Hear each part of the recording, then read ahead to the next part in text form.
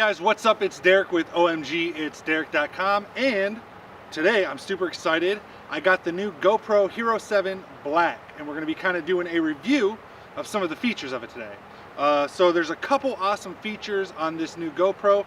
I had the GoPro Hero 4 Black Edition, and I've held off quite some time on getting one of the newer editions just because I haven't really been impressed with what GoPro has been doing in the action camera market in the last couple years. However, with the new GoPro Hero 7 Black, I'm pretty excited. So the couple features that I'm excited about are, number one, the Hyper Smooth. This is basically an electronic image stabilizer which makes the use of a gimbal obsolete with the new GoPro. The second feature I'm excited about is the time warp feature. This is basically a moving hyperlapse feature in which you can select different speeds in which it'll create basically a moving hyperlapse. So I'm super excited to try out that feature. The last feature I'm excited to try out is currently on the camera that I record on, which is a Nikon D7500. The highest frame rate I can record at is 1080p at 60 frames per second. This little guy will do 1080p at 240 frames per second, which is like some super slow-mo. So I'm going to test out some different cinematic B-roll footage using the GoPro to see how it'll look using 240 frames per second and 120 frames per second. So I'm super excited to try that out. So the first thing we're going to check out is the Hyper Smooth feature. So let's go ahead and start hiking down this trail. I got the wife with me. We're just enjoying this beautiful fall day. It's a cool, I think it's like 43, 44 degrees Fahrenheit. So we're going to do some hiking and test this thing out. All right, let's roll.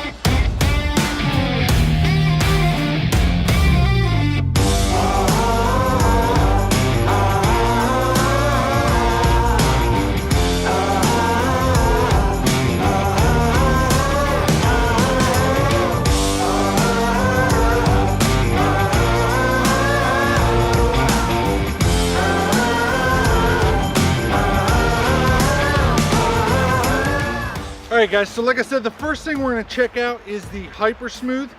So this does 4K 60 frames per second with Hyper Smooth enabled, which again is that feature that allows you to basically use the GoPro without a gimbal and help stabilize your footage. This is supposedly really good, and they just recently added support for doing this at 60 frames per second in 4K.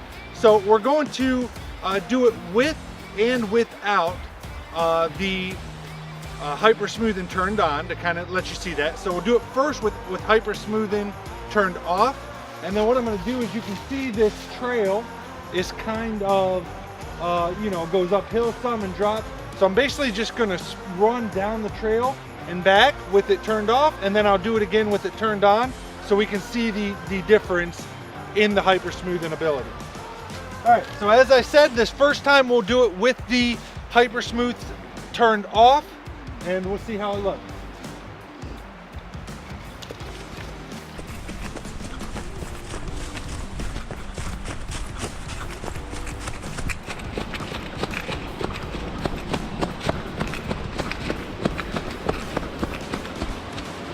Alright guys, that was with Hyper Smoothing turned off, and now we're going to do the same exact path. I'm going to try to stop at the same exact spot, this time with Hyper Smoothing turned on. Let me get it ready. And here we go.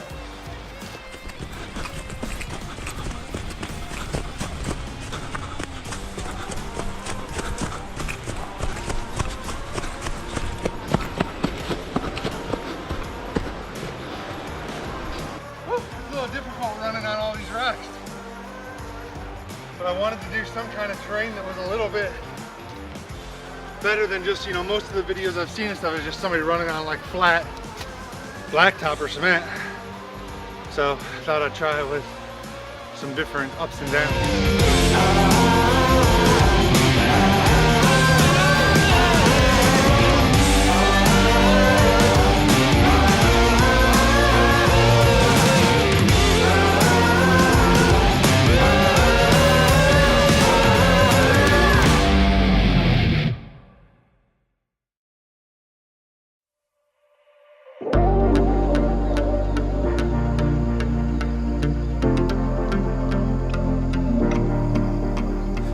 It's amazing the subtle games that you are playing, and you don't even know I. All right, guys. So next we're going to try the time warp feature, as I said. So, like I said, I got the industrial suction cup.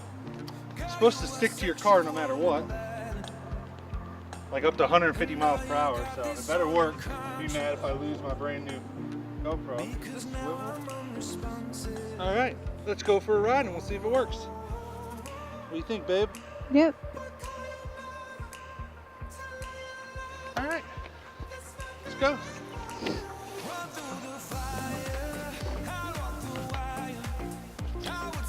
Hopefully it doesn't fall off of there. That would be horrible.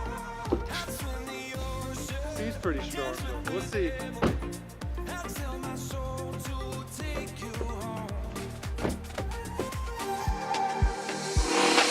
We can feel the floor underneath our feet. Fire shots through my chest as you watch me bleed. Every kick, drum hit is a symphony. Every brush of your curves is the air I breathe. You speak, I am listening. Sweat rolls, girl, you're glistening. Slow-mo, pull me into the light. All right, guys, so that was the time warp at 30 times.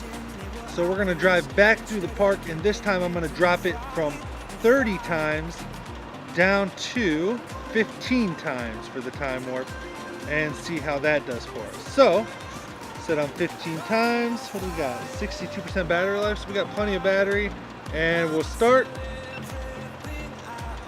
and then we're good to go. So let's drive through the park again. I sell my soul to take you home.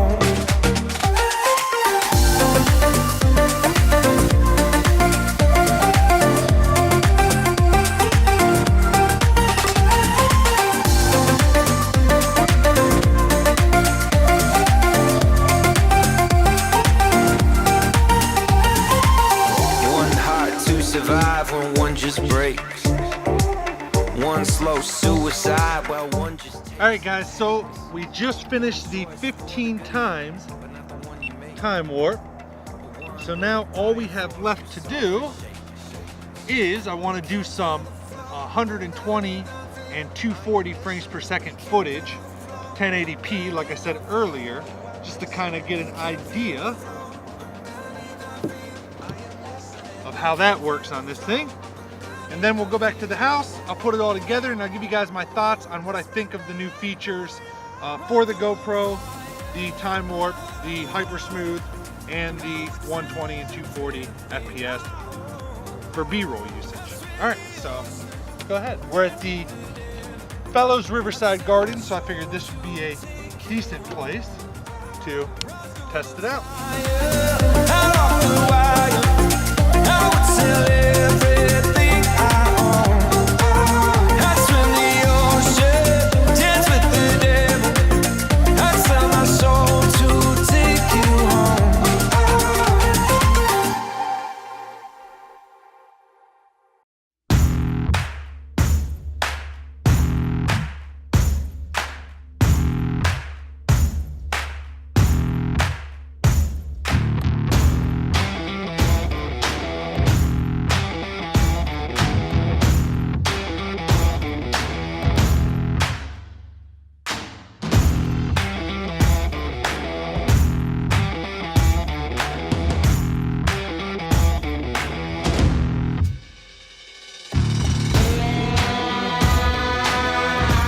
Alright guys, we're back in the home office. It's been a couple days since the wife and I went out to the park and recorded the videos that we did with the GoPro Hero 7 Black.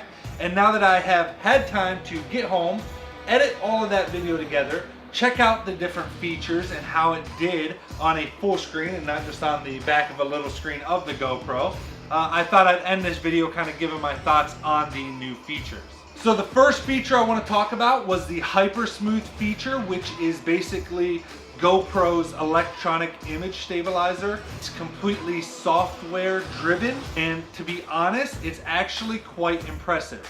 I chose to run down that path that you saw, that trail. I knew that the terrain would be uneven and be a lot of ups and downs, as well as a bunch of rocks and stuff in the path, causing my steps to be a lot more jittery. I also chose to take it down a trail because I knew that would be considered low light because of all of the trees and everything. Because it was low light, I did notice a little bit of artifacts in the video. However, after looking at both the unstabilized and the hyper smooth footage, I would 100% choose the hyper smooth footage every single time, even with the little bit of artifacting that you see from the low light.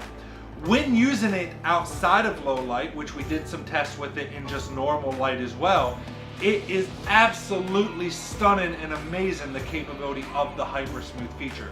So I was definitely impressed with that, and it definitely is, you know, as they say, a gimbal killer when it comes to using a gimbal with the GoPro. The other nice feature is that with the latest software update from GoPro, this thing now does hyper smoothing on 4K at 60 frames per second. When it first released, it only did hyper smoothing on 4K 30 FPS. So that little bit of extra just it gives you a little bit more smoother results and stuff, and looks just a little bit better. So huge props to GoPro when it comes to their new feature, the Hyper Smooth. The second feature I want to talk about is the Time Warp feature, which is basically a hyperlapse in which GoPro records video and then stitches the frames together to create a sped up version of the video in which you are moving at a high speed or whatever. You can set the Time Warp feature anywhere from 30 times down to 2 times, different intervals in between.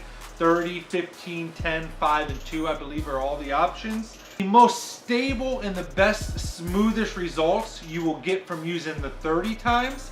However, when using something like a bicycle or a car, you might actually get better results using like the 15 times. Only because if you noticed in the previous videos on this, when we did the Time Warp feature at 30 times the first time, it was actually quite fast because we were also driving in a car. And so I actually preferred the speed of the 15 times while we were driving around the park, which was a speed limit of about 25 miles per hour. So if you're doing any kind of biking or anything like that, or driving a car, especially at a higher speed, like highway footage or anything, you might prefer dropping down the times that the Time Warp is set to down to like 15 or 10 times instead of 30. And I still think you'll get super smooth footage because your car is kind of stabilized because of the shocks and struts and everything. If you're just jogging or running, 30 times is definitely going to give you the smoothest results, and I also think it looks the best personally. It was another feature though that I mean, I hate to say it, I'm going to sound like a fanboy during all this, but I was super impressed by the Time Warp feature as well. If you saw, you know, the two of us driving around through the park, the 2 clips earlier in this video, I think you agree that it was smooth, it looked great, the quality was great, it was in 4K. I mean, just for what the software is doing inside there, what they've done to achieve that, it's just, to me, it's really mind-boggling, and, you know, my mind was blown. Great job, GoPro, on the Time Warp feature, which is basically just a hyperlapse feature, but great job executing that as well. Lastly, I want to talk about recording at 1080p Full HD at 240 frames per second and 120 frames per second. I was actually super excited about this feature of the GoPro Hero 7 Black as well, only because I currently record on a Nikon D7500. So the max that it can do is 4K at 30 frames per second. So if I want to use slow-mo at all for B-roll or anything, I have to drop it down to 1080p, which is fine. But even then, it can only do 60 frames per second. So I can't really get that really slow-mo that you see in videos like Peter McKinnon's, where he does 120 frames per second and it looks super cinematic and just epicness. I can't do that on my D7500. So I thought it would be really cool if I could sometimes, you know, get clips in 1080p at 120 frames per second with this thing. But my question was, well, what's the quality going to look like compared to something like my D7500? To be completely honest, it's not as good. The contrast ratio, this thing gets blown out way easier in the skies and stuff than my Nikon does. However, in the right lighting conditions, you know, the last B-roll sequence you saw right before this talking head part of the video was footage recorded at 1080p, 240 frames per second on this, and then slowed down to 120 frames per second equivalent, slowed down to 24 frames per second. Overall, the results were actually quite good. Of course, I had to edit, do a little bit of editing. The color and everything I didn't touch in those, just so you know.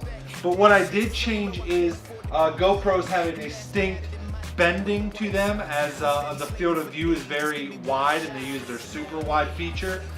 So I had to fix that using the lens distortion tool inside of Adobe Premiere. But beyond that, the clips are unedited, color wise, contrast wise, you know, brightness wise, all of that. I have not touched the clips in any way because I wanted you to be able to see what this thing's actually capable of. For what it costs, you know, $399 compared to this camera setup with the lens and the mic and everything that cost me probably around $1,500 to $1,800. I'm very impressed by this. And the fact that not only does it do 120 frames per second that can give you that kind of cinematic look, but it also does 240 frames a second, which would be great for like if you're a skateboarder and want to record yourself doing tricks and then slow it down really, really slow. That'd be great for this. It's also great that, you know, like I said previously, the GoPro I had before this one was the GoPro Hero 4, which was not waterproof and everything right out of the box, which this is, which is super nice. And also the mics on these things have kind of always been an issue, but this version definitely has one of the better mics in a long time that have come out on the GoPros. Overall, GoPro killed it with this latest version of their camera. As I said previously, it's been quite some time since I've been impressed by a GoPro camera. However, I'm very impressed with the GoPro Hero 7 Black Edition. And if you're a couple, heck, even if you only have the 6, I think you shouldn't have upgraded the 6, but now you should upgrade to the 7. So check it out. Link in the description below. Definitely worth the money. Definitely something I see me using quite often going forward in my filmmaking endeavors, especially since I just don't have the cash to update my camera to anything anytime soon that's going to give me 120 frames per second at 1080p. I'm very excited to add this to my arsenal. It's a great update from the GoPro Hero 4 Black. Alright guys, I hope this little review kind of the features of the GoPro helped you out. If you're on the fence about getting one, as I said, do it. Totally worth it. Best $399 for a GoPro I've ever spent. My favorite GoPro ever produced. Definitely check it out. Please, if this video helped you out, hit the like button below. It helps out more than you could possibly know, and I appreciate it so much. Thank you for taking the time to watch my latest video. And until next time, peace out, everybody.